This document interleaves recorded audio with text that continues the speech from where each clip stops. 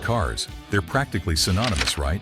For over a century, German engineering meant precision, performance, and pure automotive excellence. But lately, things aren't looking so hot. Let's dive into how the kings of the road ended up hitting some serious speed bumps. The Golden Era. Rewind to 1886. Carl Benz just invented the automobile in Germany, and boom, made in Germany became the gold standard for quality. Fast forward to the 1930s, and Mercedes is dominating racetracks with their legendary Silver Arrows.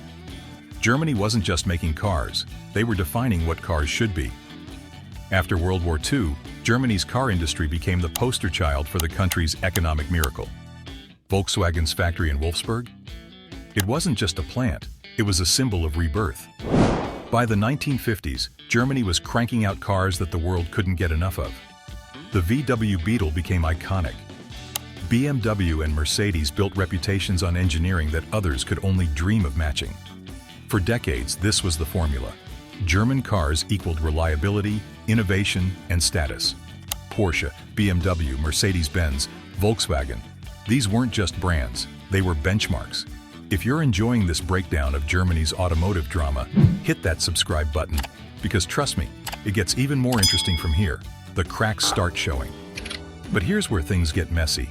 Remember Dieselgate in 2015? That seismic scandal where Volkswagen got caught rigging emissions tests? Yeah, that wasn't just a PR nightmare, it was the beginning of the end for Germany's untouchable reputation. Multiple German manufacturers had installed software to cheat emissions tests, creating what looked like compliance but was actually deception. The fallout? Mass recalls, billions in fines, and a credibility crisis that's still haunting them. And if you think that was bad, the reliability rankings tell an even uglier story. Consumer Reports' 2023 survey ranked Mercedes 29th, Volkswagen 27th, and Audi 19th. Only Porsche and BMW squeezed into the top 10 at 8th and 9th. These are the same brands that used to own reliability. What happened? Industry insiders point to management decisions that prioritized cost-cutting over quality. Cheaper materials started appearing in newer models. Roof trim panels that used to be fabric-covered became hard plastic. The accountants were winning battles against the engineers, and customers noticed. The cost crisis. Here's a brutal truth. Making cars in Germany has become insanely expensive. German auto workers earned an average of 62 euros per hour in 2023. Compare that to 29 euros in Spain and 20 euros in Portugal. For years, this worked because German cars commanded premium prices. But when you're bleeding market share and facing cheaper competition, those labor costs become an anchor. Then Russia invaded Ukraine, and Germany's cheap Russian gas vanished overnight. Energy prices exploded. Right now, industrial energy costs in Germany are 3 to 5 times higher than in the US or China. Steel mills, component makers, everyone in the supply chain got hammered. And guess what? Those costs went straight into the price of every German car. Volkswagen responded by proposing the unthinkable, closing up to 3 German factories and cutting worker pay by 10%. In 87 years, VW had never closed a German plant. The proposal sent shockwaves through the industry. They eventually backed down after strikes, but agreed to cut over 35,000 jobs by 2030. Mercedes and Ford followed with their own cost-cutting drives and layoffs. The China problem. For years, China was Germany's golden goose. The growing middle class had an insatiable appetite for luxury European cars. VW, BMW, and Mercedes set up factories with local partners and watched profits roll in. At their peak in 2019, the Big Three controlled over 26% of the Chinese market. But by 2023, that share had shrunk to under 19%. Chinese brands like BYD and Xiaomi aren't just competing anymore, they're winning.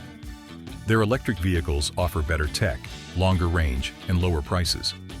German brands, stuck transitioning from combustion engines, can't match the speed or efficiency of pure EV companies with no legacy costs. What's really stinging is that Chinese consumers who once saw German brands as status symbols are now choosing local brands. The psychological shift is massive. Owning a Mercedes used to mean you'd made it. Now, a homegrown BYD with cutting-edge tech carries just as much prestige, and it costs less. VW's China sales dropped 9.5% in 2023. Mercedes fell 7%. BMW down 13.4%. The market that was supposed to fuel growth for decades is now slipping away. The electric vehicle mess. Germany poured hundreds of billions into developing electric cars. The EU's plan to phase out combustion engines by 2035 left them no choice. But here's the problem. Their first wave of EVs flopped. Take Mercedes EQE and EQS, jellybean styling that confused buyers, a massive hyperscreen that felt gimmicky. Sales never took off, and both models are already discontinued for 2026. The Nissan Ariya, paused in the US, Acura ZDX, gone after just 1 year. Even Porsche is reconsidering gasoline engines for the Cayman and Boxster, after initially planning to go full electric. Meanwhile, Chinese EV makers are lapping them. Better software, faster charging, cheaper prices, and they're flooding European markets. The EU slapped tariffs on Chinese EVs to level the playing field, but German automakers opposed it, fearing retaliation that would hurt their exports to China. And in Germany itself, the government suddenly axed EV subsidies in late 2023, causing electric car sales to drop 27%. As one industry spokesman put it, that was very bad, because it undermined trust among our customers. Fighting on every front. It's not just China and EVs. German automakers are getting squeezed from all sides. In the US, potential tariffs from the Trump administration threaten exports. In Europe, the market is saturated and demand has been weak since 2017, still 15 to 20% below peak levels. Porsche saw global deliveries fall 6% in the third quarter of 2024, with a brutal 20% drop in China and 5% in North America. BMW, Mercedes, and VW all saw profits fall by about a third in the first 9 months of 2024. Germany's total car production tells the story. 5.65 million vehicles in 2017, down to just 4.1 million in 2023. Factory capacity is sitting idle. The Wolfsburg plant can build 870,000 cars a year, but is only making 490,000 by 2023. And here's the kicker. Some analysts think the German manufacturers were complacent. They knew structural problems existed, but were blinded by cheap Russian gas and high profits from China. Those profits masked the labor cost issues and gave unions leverage.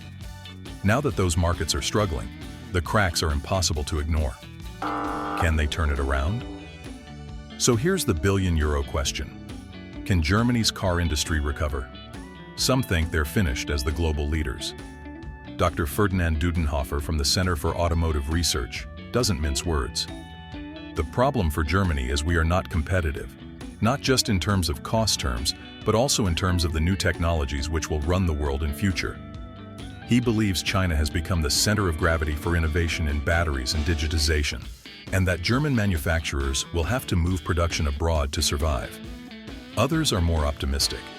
BMW's upcoming Neue Klasse line of next-generation EVs represents a €10 billion bet on better batteries and software.